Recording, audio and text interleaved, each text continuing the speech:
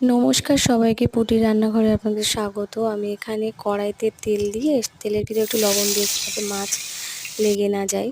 তো মাছ এখানে করব কাতলা মাছের সাথে ঝিঙে আলু দিয়ে একটা পাতলা ঝোল হবে।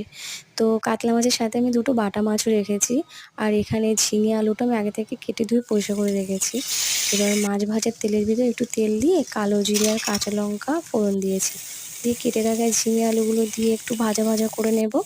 ভাজা হয়ে গেলে ওর মধ্যে একটু লবণ দেব আর দেব হলুদের গুঁড়ো, দিয়ে ওটাকে একটু ভাজা ভাজা মতন করে নিতে হবে। তারপরে কেটে রাখা টমেটো দেব, টমেটো দিয়ে একটু কষিয়ে নেব। হয়ে গেলে সামান্য জিরের গুঁড়ো দেব। এখানে বেশি মশলা লাগে না, ঝিঙে আলুর পাতলা ঝোল এই গরমের জন্য সত্যি খুবই ভালো। তো আমার এখানে মশলাটা কষানো হয়ে গেছে, তার মধ্যে আমি দিয়ে দেব একটু গরম জল। গরম জলটা ফুটে উঠলে ভাজা মাছটা আমি দিয়ে দেব।